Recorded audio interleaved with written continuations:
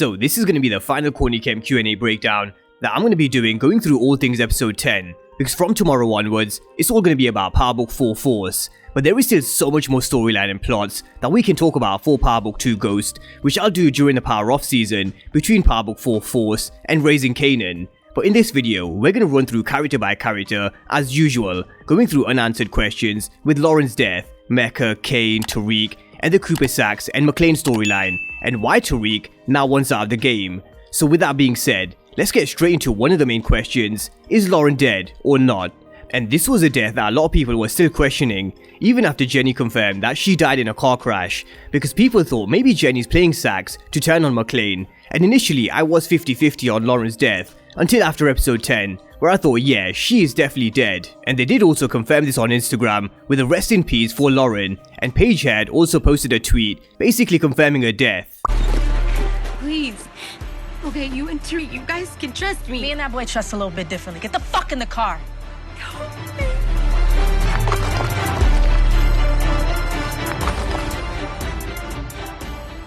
So that's the confirmation. So let's talk about Mecca and how Blanca Rodriguez was the one who told him that Tariq killed Ghost. So just to be clear, the only way Mecca knew Tariq killed Ghost was because of Blanca. That is correct. That is correct. And you are paying attention. That is correct. I want to say thank you for your work. And how did Bianca, and I think he means Blanca, become DEA? That's a great question. Well, she got fired. If you remember, she got fired from her job because of what Saxe did to her. So she went off and joined another branch of law enforcement. So this is one of the main questions that I was asking after episode 9. How exactly did Mecca know Ghost and Uncle Tommy? But more importantly, how did Mecca know that Tariq killed his own father, Ghost? And it seems like Blanca Rodriguez told him, but how did she know? Because at the end of Power, she thought it was Dre until Tube told her that it wasn't. And I didn't think Blanca Rodriguez was one of the people who knew that Tariq killed Ghost. The people that definitely know are Monet, Cooper Saxe, Davis Maclean, Tasha, Tommy, and Tameika. Blanca Rodriguez probably has a hunch, but I didn't think she was one who knew for definite. But anyway, why did they kill Mecca? Why y'all kill Mecca? There was a lot we wanted to see with that storyline. I appreciate that you wanted more of Mecca. Daniel Sunjata is amazing. I'm not gonna lie, he's so great. But the reality was that the show, it needed for Monet, who is a main character, right? Monet needed to have to make a decision about whether or not she was going to choose herself and what was probably best for her, or what was best for her family. So she chose what was best for her family. She chose it a little late, and therefore she suffered, some pretty huge consequences, which we'll see play out in season 3. So Mecca had to die because of Monet, and there had to be consequences, which I definitely agree with. Snitches have to die in the world of Power, but I do think they built Mecca's character up to be the big bad, which was then ripped apart in literally one scene where we found out he was the GOAT of global snitching. But I still think his character had a lot more to give in Power Book 2 Ghost. But having said this, there is no doubt going to be a new villain in season 3. But why did they kill Zeke when he was innocent? What made you decide to kill off Zeke? Well, here's the thing about the big deaths at the end of the season. So what we asked ourselves at the beginning of the season is who are the innocent? I know that sounds terrible, but if you think about it, if you are like a hardcore Power fan, if you look back, we always kind of off someone who is an innocent, because the reality of the drug game is that people get hurt. There is collateral damage. It's not always just the bad actors who get hurt. I don't mean bad actor like performer. I mean a person who is actually a bad guy.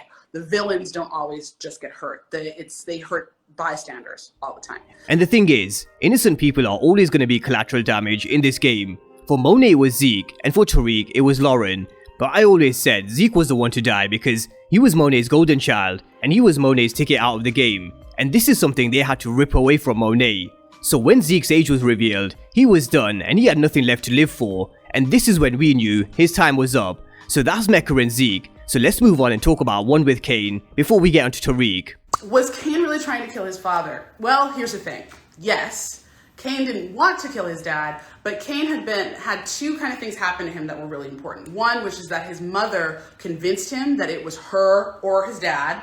And you know how he feels about Monet. Y'all know how Kane feels about Monet, right? That he's just his mother's son. And then the other piece of it, of course, and I think a lot of you guys memed this, which I thought was so great, was that he was like, no, I'm not going to do it. And then she was like, well, Tariq killed his dad. And then he's like, okay. And this is classic Kane. From the 2 seasons of Ghosts we've seen so far, He is always trying to be Tariq because he wants Monet to think he's just as good as Tariq and he has what it takes. Except he doesn't. Even if he was ready to kill Lorenzo, Tariq has been through way more than Kane has. He's killed his own father, watched his sister die, set his best friend up, and lost so many others like Tasha to Witsec, Sean, Tommy, and Lakeisha to name a few. And Kane will always be one step behind Tariq, which is why he's the son Monet's always wanted. And notice how both Monet and Tariq now want out of the game. Interesting that Reek wanted out of the game just like his father. My thoughts. And I'll close with this. You know, a lot of you guys are constantly talking about Ghost coming back. And without going into like super detail, what I will definitely say is that part of why I started writing this show is about my father's death. I think a lot of you guys know that. And the thing about that, and what I'm really trying to kind of demonstrate, is that Tariq is Ghost on Earth. Tariq is Ghost alive. He is learning things and changing before our very eyes. Just as Michael Rainey is as an actor, getting deeper and better, and he's so amazing, and I know you guys are seeing that. Tariq as a man, he's growing into a man. And Tariq is definitely a different version of Ghost, and he's realizing very early on that he wants out of the game, and he would have succeeded if Dante wired him that 2 million, but he is definitely stuck in the game for now, and Blanca Rodriguez is going to be an issue for him. Asks, why didn't surveillance in the lobby catch Monet entering or leaving the building? We didn't say that didn't happen. What we're showing is that Blanca recognizes Tariq off top. She wouldn't necessarily recognize Monet Tejada. We're not playing that the Tejadas have actually been, like Lorenzo himself has been jailed for manslaughter, but we haven't actually been playing that there's a DEA investigation into the Tejadas. We have not played that yet. So Monet may well have been caught on the camera as well, but all eyes will definitely be on Tariq St. Patrick, and I don't think there will be another case against Tariq, because then it just would be another repeat of season 2 if there was. So I do think Blanca Rodriguez can chase Tariq all she wants. I don't think she's going to be able to catch him, and to be honest, he wasn't the one who killed Mecca anyway, and I really wouldn't be surprised if he had the CCTV from the apartment as backup, especially considering what Kane did to him with Ramirez's badge this season. But what about Lorenzo and Tariq in season 3? But with him helping him in the shootout, will he have newfound respect for him? Well, Lorenzo also knows that Diana went to bed with Tariq. Never going to be his favorite person, okay? Because that was his little girl, and he doesn't like Tariq from the beginning, so no. Now, I don't think Lorenzo will ever see eye to eye with Tariq, because he slept with Diana, and he has never liked Tariq since season 1 anyway. But he shouldn't forget the reason why he's out of prison, and that's thanks to Tariq giving Diana the contact for Davis Maclean. But speaking of Diana, we may see Diana versus Effie in season 3. Will Diana find out that Effie and Tariq are getting serious? Watch season 3. Someone else just asked, can Effie be trusted? What y'all think? Can Effie be trusted? Effie can be trusted to do what's best for everyone. So once Diana finds out that Effie is with Tariq, after she warned her not to get involved with Tariq, she definitely won't be happy. But Diana kind of shot herself in her own foot, because she played Tariq with the crocodile tears and stealing all his product, and with Tariq clocking on that it was Diana, I don't think Tariq will be able to trust her, but he trusts Effie, for now anyway. But let's move on and talk about this storyline between Saxe, Maclean, and Theo. How has Saxe survived being dirty and knowing way too much information since book 1? Saxe has survived, well, okay, so there's a bunch of different reasons. Let's start with the beginning. From the beginning, Shane Johnson came in and he murdered this part. It was not supposed to go this long. I definitely did not see this character from the beginning living this long. But what happened was Shane was so amazing, and then the character became so adaptable because he really wasn't a person with principles. And you know, I love to write about people without principles. So that's why it became more interesting. I always like that push and pull of cops and robbers. And you guys know, or a lot of you probably know, that I came up in legal television. I was a law writer. So I love lawyers. I love to write about lawyers. And so that's why Saxe has lived so long. He also does know way too much information, which is perfect for us because that gives you threat. I think a lot of times people are like, why don't you kill the people who are up against Tariq? But then there's no show. There's no one for him to push against or work from.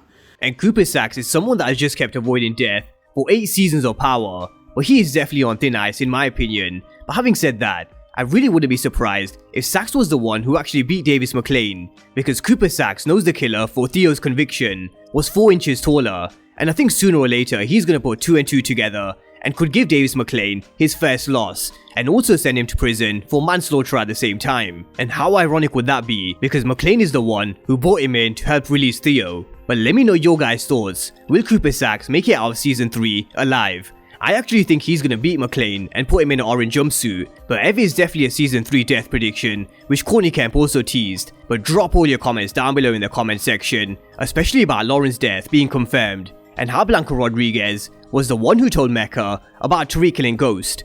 Drop all your thoughts down below, and of course if you're new to the channel and you haven't done so already, then remember to smash the subscribe button if you want to see everything Power Book 2 Ghost and Power Universe related. But as always, thank you guys for watching, and I'll see you next time.